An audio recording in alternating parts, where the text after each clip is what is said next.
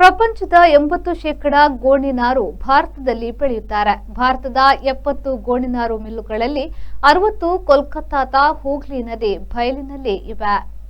ಗಂಗಾ ಮತ್ತು ಬ್ರಹ್ಮಪುತ್ರ ನದಿ ಬಯಲಿನಲ್ಲಿ ಪ್ರಪಂಚದಲ್ಲಿ ಹೆಚ್ಚು ಗೋಣಿನಾರು ಬೆಳೆಯುತ್ತಾರೆ. ಪಶ್ಚಿಮ ಬಂಗಾಳ ಬಿಟ್ಟರೆ ಅಸ್ಸಾಂ, ಬಿಹಾರಗಳು ಪ್ರಮುಖ ಗೋಣಿನಾರು ಬೆಳೆಸುವ ರಾಜ್ಯಗಳಾಗಿವೆ. 60 ವರ್ಷಗಳಿಗೆ ಹಿಂದೆ ತುಳುನಾಡಿನ ಮರಕಲರು ಗೋಣಿನಾರು ಗಿಡ ಬೆಳೆದು ನಾರು ತೆಗೆದು ತಮ್ಮ ಬಲೆ ತಾವೇ ತಯಾರಿಸಿಕೊಳ್ಳುತ್ತಿದ್ರು.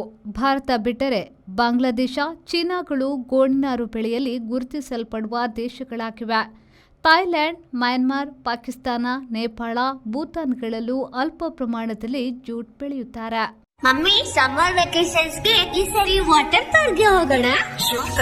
ಮಾನಸ ವಾಟರ್ ಪಾರ್ಕ್ ಗೆ ಹೋಗೋಣ.